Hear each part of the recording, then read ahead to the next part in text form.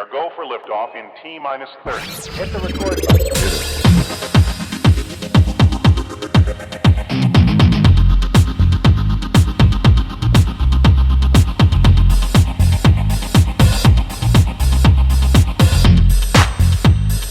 Gosh, that's swell.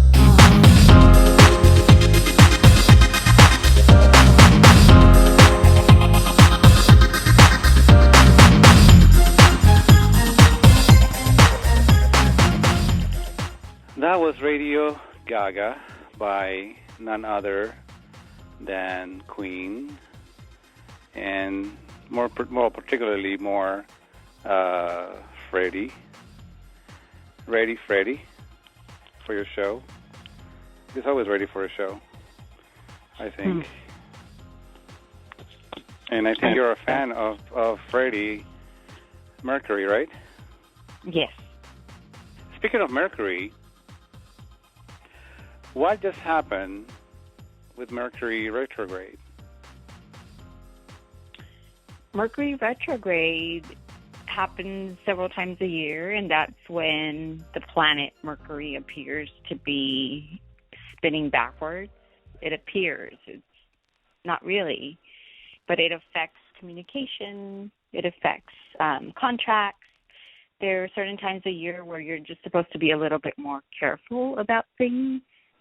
And we were in a retrograde period from September 17th to October 9th. So whenever that happens, it's better to double check your emails, your communication. So some people don't really like it. I, over time, have learned that it's also a good time to take things slow and recheck, realign any words that start with the RE. Reimagine something. You can relook at a project that you've already been working on. But that's what that was. It gets intense for people. But it's over now. It got really intense for me last week. I don't know when. Yeah, I don't know when this is supposed to be over. It ended on Friday. It ended this past Friday. Oh, but well. Last week was still. Yeah, there. I still felt it. There's a little lingering. Yeah. Yeah. Yeah, because Mercury, that's the closest planet to the sun. Okay. All right. I still know my planets. I still like Pluto, regardless of what they say. Pluto is back. Pluto's back? They brought it back. Yeah. How could you get rid of something that's there? Who are they, anyways? Who are they to decide if whatever? Anyhow, so I have DeAnda, who is the expert of it's not cosmetology, it's cosmology, right? Well, it's astrology. I'm not an expert. Astrology, thank you. I read things. Why did I say cosmology? I'm not an expert. Well, cosmos. The stars and the cosmos. Yeah, that's what I said. That okay. Wow, and actually, I'm actually in my studio, which is outdoors today, and I'm actually watching for the stars, and I see a few around, and one of them is shining very, very brightly from El Sereno. Is that where you're at right now? Yes. Okay. Can you see me? Oh, no. I don't even know where. Yeah, I don't even know where Eastside Cafe is supposed to be from my end, from Sylmar. I know it's south of me, or yeah. Anyways, doesn't matter. How are you? I'm good. We just got back from the Writers Underground open mic. Number 22. Number 22. Let me ask you a question. Now that you have 22 open mics under your belt, and congratulations, because it's not easy. Or is it easy for you? I don't think about it whether it's easy or hard. You know, I just show up and do it. And when I started, I just wanted to provide a space for people to do something that I love to do, which is to share my words in poetry. And I always encourage other people to do that. So that was the idea when we started. And I didn't know how long it would go on for. But, you know, you do it. It's once a month, every third Thursday, and you do it, and time passes anyway. So we keep doing it and keep showing up. Now, when you say we, who are you talking about? We. Well, my family, because they help. Yeah. Yeah. Yeah, you see me. And your daughter's name, Oh. I'm still trying to remember her name, but every time I see her, I'm like, God, I wish I can remember your name, but I think her name is Isha. What? Ischel. Ischel. Mhm. And I'm not saying it right, but whatever. I'll say it right one day. Maybe when she's a star. You know, and I'm not talking about. She's already a star. She's already a very special daughter you have, and but I'm saying, you know, when she becomes famous one day, I will remember her name and I'll say it right. Awesome. And she's probably already famous in El Sereno because she's always there. She's been there since I've been going to Europe and Mike, and I don't know which number I fell. I don't know, you know, what number it was. But I came there because of a friend of mine used to go to Lunas, or still goes to Lunas Locas. Mhm. And she told me about Eastside Cafe, and I'm like, And she's like, you have to come, right? So I came, and I'll tell you the impression that I got the first time I came. Mhm. What was the impression? The first time I came in, I noticed the wall. And normally, I don't notice the wall. Some, you know, whatever, a wall, maybe white, maybe black, maybe whatever. But, you know, that mural there is not only a nice piece of art to look at, and so that's the first thing I saw. I'm like, wow, you know, and I'm drawn to that immediately, you know, like the stories that are, you know, woven, I don't know if I'm saying it right, tejidos, you know, hay muchos tejidos, hay muchos, it's like a quilt, and there's many stories tejidos en una sola manta, you know, it's like there's a lot of, you know, history in the mural alone. And I think, I don't know if you, who is supposed to be, because I think you or somebody was the model after, right? They modeled you or they modeled somebody when they were doing the mural. It wasn't me. I think it was maybe a combination of all of the women that step into that space and do music. So that mural was created by the community. People got together and they decided what they wanted to see on the mural. And we had Raul Gonzalez, who's a local muralist, come in, and he helped us to sketch. And then we all went in on a Saturday and we helped to paint it. So it was really a community effort. Was it one day? You completed this in one day? Most of it in one day. There was another like touch-up session where he came in to do all the details. But yeah, it was a Saturday and everyone just showed up and was ready to paint. So yeah. It was, yeah, so that was the first thing I noticed. And I was like, wow, this is, I was already in awe of that. But also, I don't know if I noticed your daughter back then. I might have. I think I did. You know why I think I did? Yes, I remember. Yes, I remember. Because I did a piece which I haven't done in a while. Because I wasn't really into that piece, I guess, back then. Mm. It was called The Ringmaster. Because I saw your little girl, and I saw, oh, you know, she's cute, whatever, you know. Okay, I'm going to do something for her. Mhm. And I did it, and I don't know if she was even in the room when I did it. And I'm like, oh, she wasn't even here. Oh, well, I read it for, you know, I read it for her, but she's not here. Yeah, she comes in oh, and well. out. Right. She was in and out. Thank you. At that moment, she was out. And I'm like, ah. So I read the next thing I read was about my uncles. Wow, you remember it. Yeah, I remember. Mm-hmm. And so that was the first thing I shared.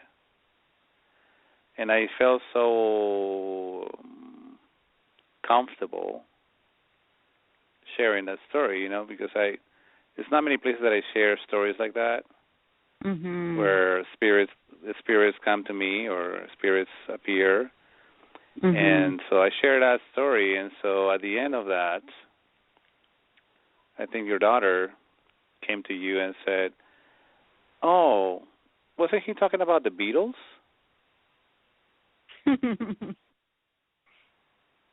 Yeah. I think you mentioned that to me, I believe. Yeah. Yeah. And I was like, wow, she knows the Beatles. I was really surprised. I'm like, she knows the Beatles? Are you serious? Well, everyone oh my knows God. the Beatles, you know? No. I grew up with the Beatles, and my kids grow up with the Beatles. It's yeah. like a well, background story, you know, a background soundtrack. Yeah. So I was like, oh, okay. God, I like your daughter already. you know, like she has such a good taste for music. And so that was the beginning of the East Side. And I never remember the underground part because I always thought like, oh, is it really underground? You know, I was just wondering, is it really a cave or what do you have to crawl under? I don't know.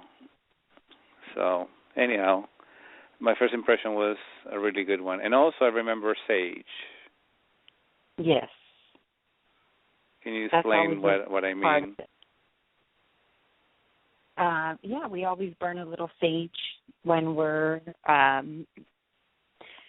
setting up the space or once the open mic has started, because it's a beautiful medicine to have, especially when people are sharing stories and sharing their words, because a lot of healing can happen when people are on the mic. And because my other thing that I do is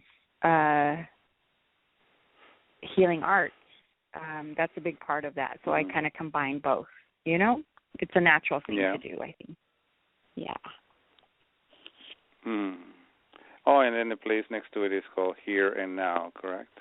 Yes. Is That's that our what you're Healing talking Arts about? Center. Yes. That's Healing Arts Center that we opened up about a year and a half ago, and it's right next door to Eastside Cafe. So we call that the Love Corner. Did you know that, Victor? No. Yeah. I'm writing this down, and I can see why. Yeah, I can see why. So, Here and Now. Here and Now. Why was the name Here and Now? What does that mean? Well, I mean, it means lots of things to different people, but my business partner, Kat Uribe, we were going through different names and seeing what would fit, and then she brought that up, and it just seemed like a natural fit. Like, where are you here and now? Like, what's happening here and now? You know, you can think about it in so many different ways, and a lot of the work that we do there, I think, is to help us be present and in the moment. And so here and now is the place to be. Yeah. Yeah. Sometimes we focus so much on. I still focus once in a while in the past. The past. And yeah. And it's not until recently that I realized the past is gone. Mhm. And it should remain gone because there's no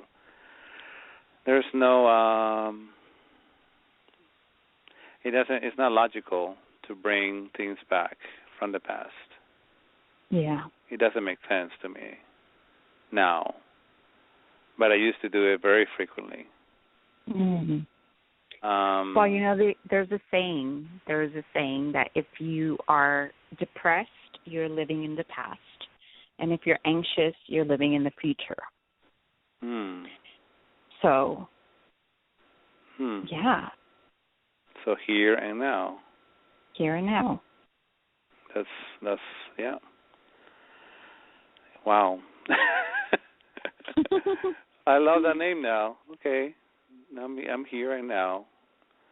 Not there, not here, not over there, right. Not way back over there. I'm here and now. Yes. All right. Next question. Codeswitch. Codeswitch.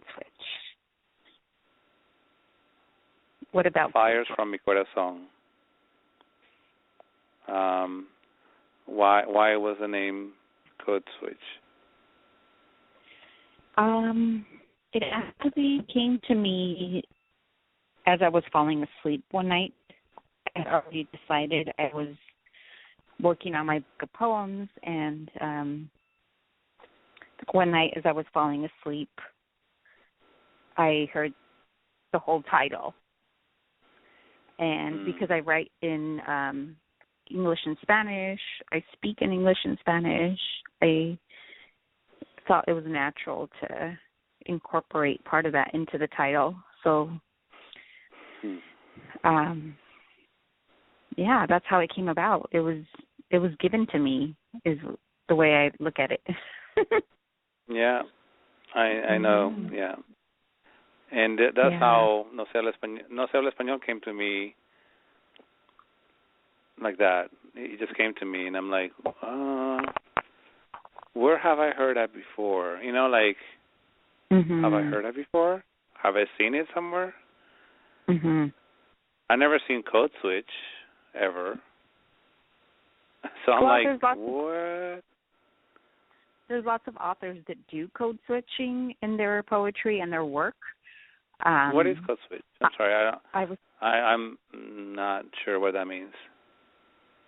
Yeah, I was surprised it hadn't been used as a title, but it means to be fluent in two languages when you're speaking with people that you're comfortable with. So like your family and friends, if you're multilingual and there's a word that doesn't translate, you know, an example that I always give is like, for mi abuela, I could be talking to you in English, and then I'll say my abuela, this and that. It's like, it just doesn't, it's not the same to say grandmother. There's like a cariño, there's something different that happens when I say abuela. Yeah. Or corazón, which is part of the title, right? Which is heart. But there's a different feel and a different, a different feeling that comes up. And so instead of taking away from that, you just speak the way that it comes out and people understand, that's the code switch. And it can be in many different languages. For me, it's English and Spanish, and for other people, it's Chinese and English, or French and Spanish, you know? It's all over the world. It happens all the time. Mhm. So that's where that came from. And I'm reading Esta flor para mi mamá Adelina DeAnda. Este canto para mi esposo Jovan Frías. Esta labor de amor. I'm sorry. Here's code switch. Este labor of amor for my seats. Zion, Isis. No, I still can't say it. Oh God, Ishel. Yeah. Ishel. God, words this is very difficult to pronounce. Ishel. Well, Okay, now I see it. So now, whenever I see, I'll be like, okay, where's code switch again? Okay, let's turn to that page because I will make it a point to remember next time. And tell us about the part, and I have to go through this because it's my first time seeing it in the flesh. I've seen it in the flesh, but I haven't had it in my hands. Let's put it that way. And it's divided in rage, love, revolution, and evolution. Yes. Why? They are the 4 chambers, the 4 chapters of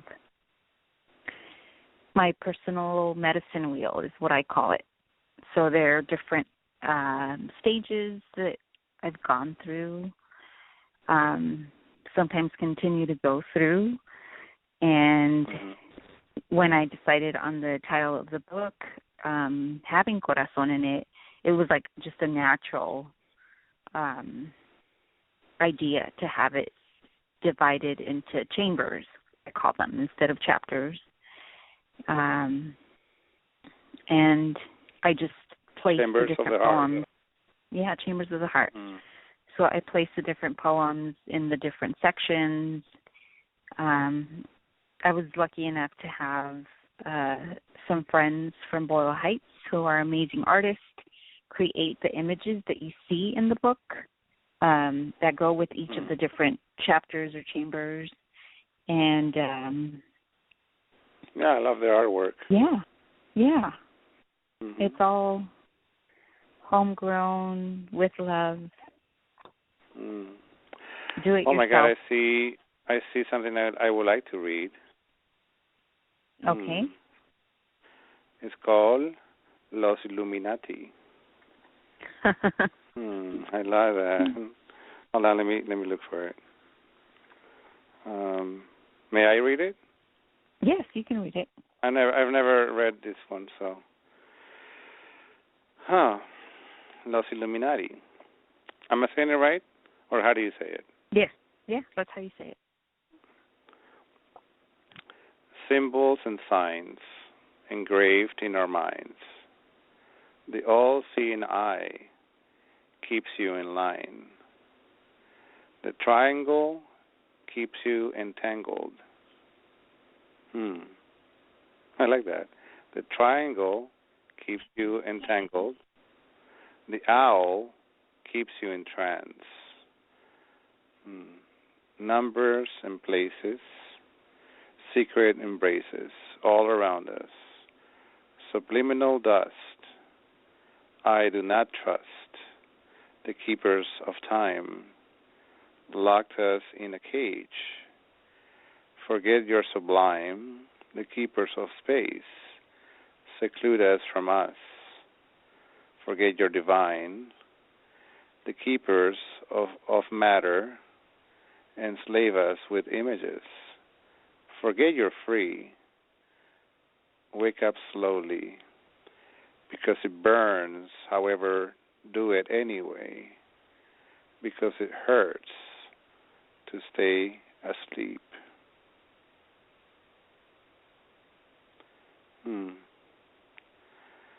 Wow. And that's from the Rage Chamber?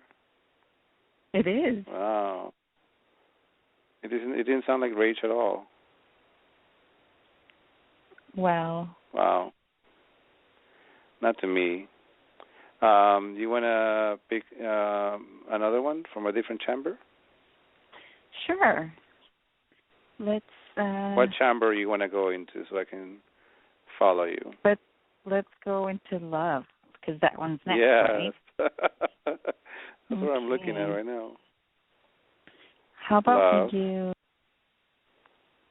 I could do Tapestry for Donatzin or Sacred Dream. Which one do you pick? Sacred Dream. Sacred Dream. Okay. Let's see. Let's go there. Okay. Page 57. Let's go to your chamber. All right. Okay. Sacred Dream.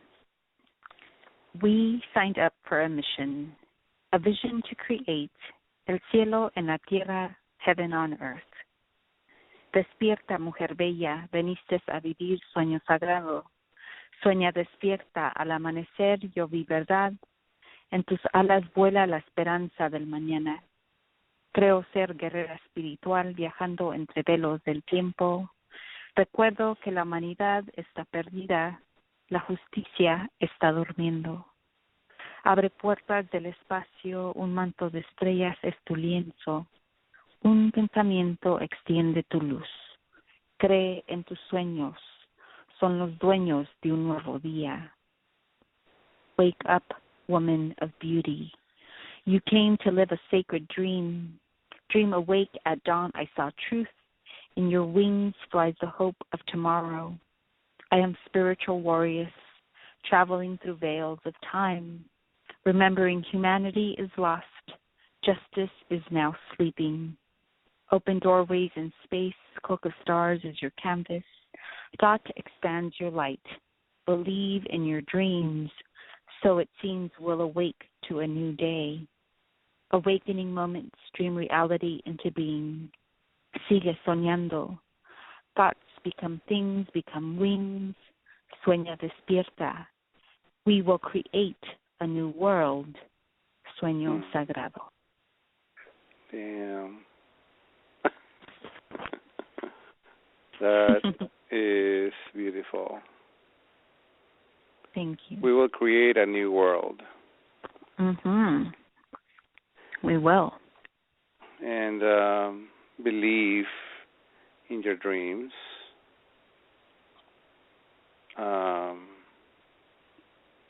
Awakening moments dream reality into being. Man. Yeah. And sometimes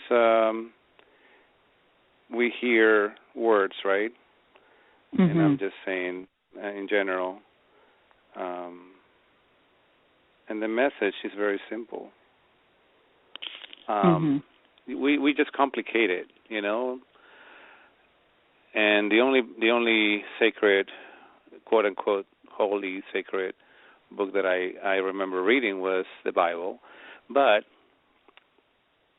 just like the Bible, I've read other poetry that is, to me, the Word of God, or the word of inspiration is God. You know what I'm saying? Like, even what I write is very godly. Yes. I don't know if you ever read Siddhartha by Hermann Hesse. Of course, yes. That book, to me, is so precious. It's more precious than the Bible. Metamorphosis by Kafka. Kafka, yes. That's not a dream. That is not a dream, because he says, and I don't know if I remember correctly, but he wakes up from a dream, right? Is that what he says? Yes. Gregory, or anyhow, I don't recall. He wakes up and he's already a bug. Mhm. Right? Yeah.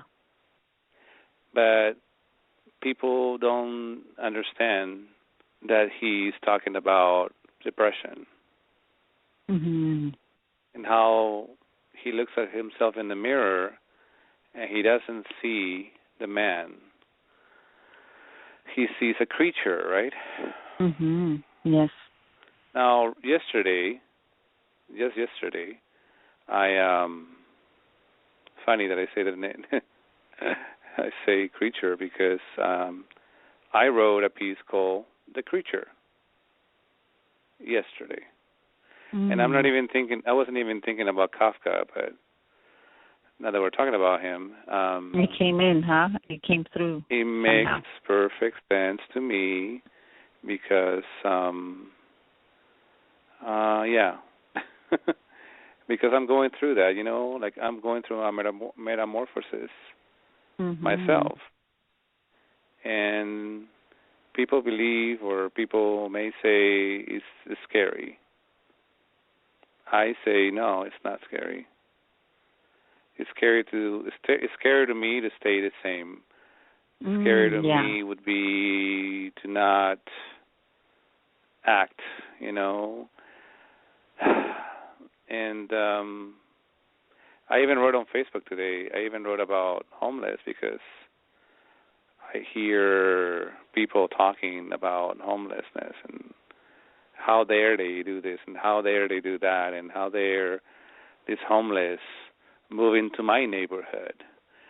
And today was the day that I say enough of that bullshit.